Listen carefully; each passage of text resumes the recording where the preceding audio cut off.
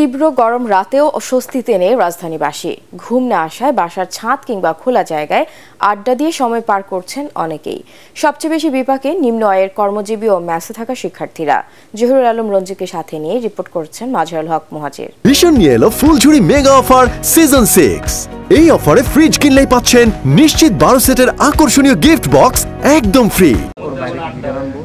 বাসার ছাদেই করা হয়েছে পড়ার ব্যবস্থা, শুয়ে থাকার আছে সব ব্যবস্থাও। মাঝে মাঝে রাতটাও কাটে খোলা আকাশের নিচেই। দিনের প্রচণ্ড গরম, রাতে রুমের ভেতর যেন আরও বেড়ে যায়। তাই তো ছাদই এখন তাদের শেষ ভরসা। রাজধানীর পূর্ব রাজাবাজারের একটি মেসে এই দৃশ্যই দেখা গেল।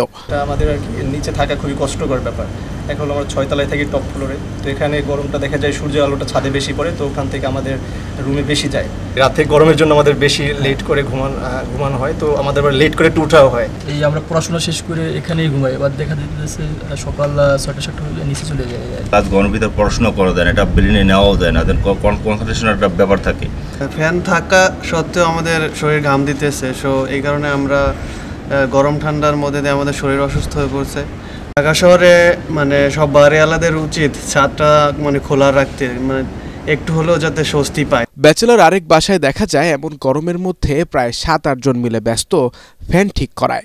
এরা সবাই কাজ করেন রাজধানীর একটি রেস্তোরাঁয়। এক রুমেই সবাই থাকেন গাদাগাদি করে। যেখানে কাজ করি রেস্টুরেন্টে, ওখানে এসি আছে, কিন্তু বাইরে বেরোলে তো আমাদের এসি নেই। 8-10 জন মানুষ এই একটা রুমের ভিতরে কষ্ট করে থাকবো আর কি।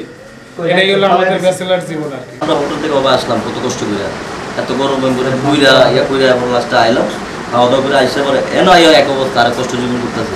মন থেকে মনে হইতেছে আরো কষ্ট এনে বেশি করতেছে। এই হলো ফ্যানটা নষ্ট হয়ে গেল, সবাই দিয়ে বাতাস করতেছে। এই হলো জীবন। সারাদিনের পরিশ্রান্ত শরীর নিয়ে রাতে বাসায় গিয়েও স্বস্তিতে ঘুমাতে পারছেন না অধিকাংশ মানুষ। অসুস্থ হয়ে পড়ছেন অনেকেই। ফ্যানের বাতাসও যেন আর গায়ে লাগছে না। দিন এবং রাতের তাপমাত্রার খুব একটা পার্থক্য না থাকায় চরম অস্বস্তিতে কাটছে নির্ঘুম রাত। দিনও কাম করতে পারি না তো ভাই, গরমের লাই। রাত্রে 1টা বাজে, তারপর তো ঘুমাইতে পারি না গরমের চেলায়। এখনকার বাইরে শরীর ঠান্ডা হলে এরপরে ঘুমাইতে হজর আজান করে যায়।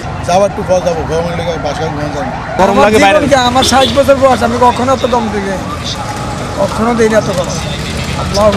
তাপমাত্রাটা বেশির কারণে সহ্য হয় না, যার কারণে গেঞ্জি খুলে গেছে। এদিকে আবহাওয়া অধিদপ্তরের তরফ থেকে রাজধানীবাসীর জন্য কোনো স্বস্তির খবর না থাকলেও দ্রুতই এই গরম কেটে শান্তি ফিরবে নগরীতে, এমনটাই আশা সবার।